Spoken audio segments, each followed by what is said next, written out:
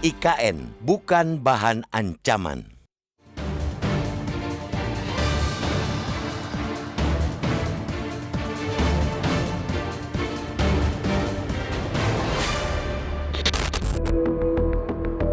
Alam bawah sadar memang tidak bisa ditipu.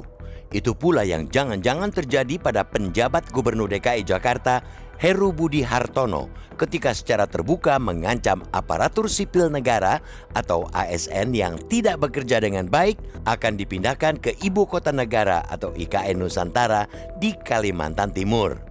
ASN Eselon 3 DKI Jakarta yang menghadiri pidato Heru Budi pada Selasa 28 November itu pun menyambut dengan tawa. Jangan-jangan pula sebagian dari mereka punya perasaan yang sama. Sinyal alam bawah sadar serupa dengan sang gubernur soal IKN Nusantara. Atau mereka menganggap itu kelakar. Atau kalaupun ancaman itu serius, mereka percaya diri memiliki kinerja yang baik. Bisa juga ada yang optimistis. Mereka memang sudah berkeinginan untuk pindah tugas ke IKN. Heru Budi pun menjanjikan karir yang cemerlang bagi ASN yang bersedia dipindah tugaskan ke IKN karena pemindahan tersebut bisa mempercepat penaikan pangkat para amtenar. Akan tetapi, persoalannya Heru mengawali tebaran janji insentif itu dengan ancaman. Siapa yang malas akan di-IKN-kan. Itu sama saja dengan ancaman Tempo dulu. Para penjahat kambuhan akan dinusa kambangkan. IKN seolah sama horornya dengan Nusa Kambangan Tempo dulu. Kalau sampai ASN yang mengisi IKN Nusantara adalah mereka yang tidak bekerja dengan baik, walhasil IKN hanya akan menjadi sentra pemerintahan berkinerja buruk. Hebatnya lagi, mereka akan tetap mendapatkan jaminan promosi jabatan dan beragam tunjangan yang dibiayai negara meski dengan performa profesionalisme tidak baik.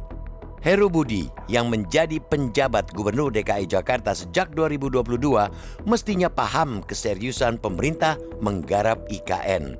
Apalagi Heru memiliki kedekatan dengan Presiden Joko Widodo semasa menjabat Gubernur DKI Jakarta 2012 hingga 2014.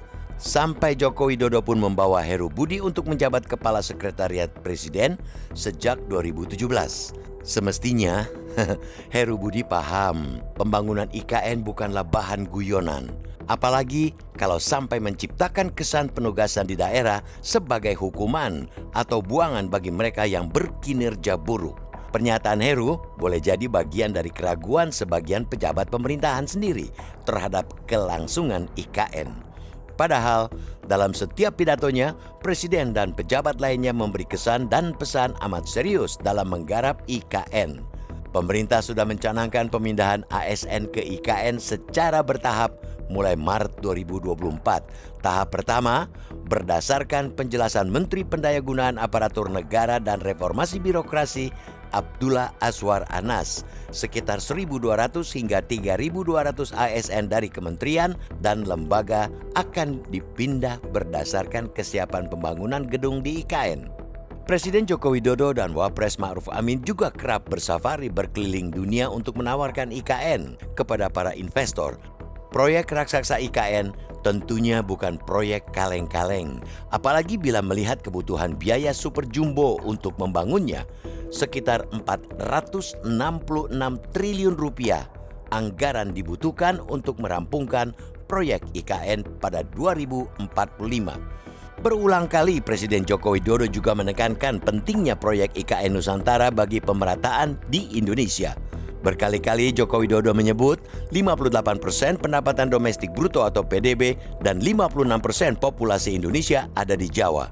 Presiden berharap pembangunan berbasis Indonesia sentris bukan Jawa sentris lagi. Namun, semua logika itu bisa ambyar oleh keraguan sebagian pejabat. Termasuk bisa buyar oleh rekaman alam bawah sadar pejabat yang menganggap bahwa IKN itu wilayah angker. Karena angker, ia layak menjadi tempat buangan daerah hukuman. Proyek yang digadang-gadang menjadi legacy Presiden Joko Widodo bisa runtuh oleh keraguan yang berbuah candaan. Kelakar bahwa ASN malas dan tidak berkinerja baik akan ditugaskan ke IKN ialah pintu gerbang olok-olok bagi publik bahwa calon ibu kota negara itu dibuat untuk menampung para pemalas. Kalau lingkaran kekuasaan saja masih memandang IKN setengah ragu, macam mana pula dengan publik? Hah?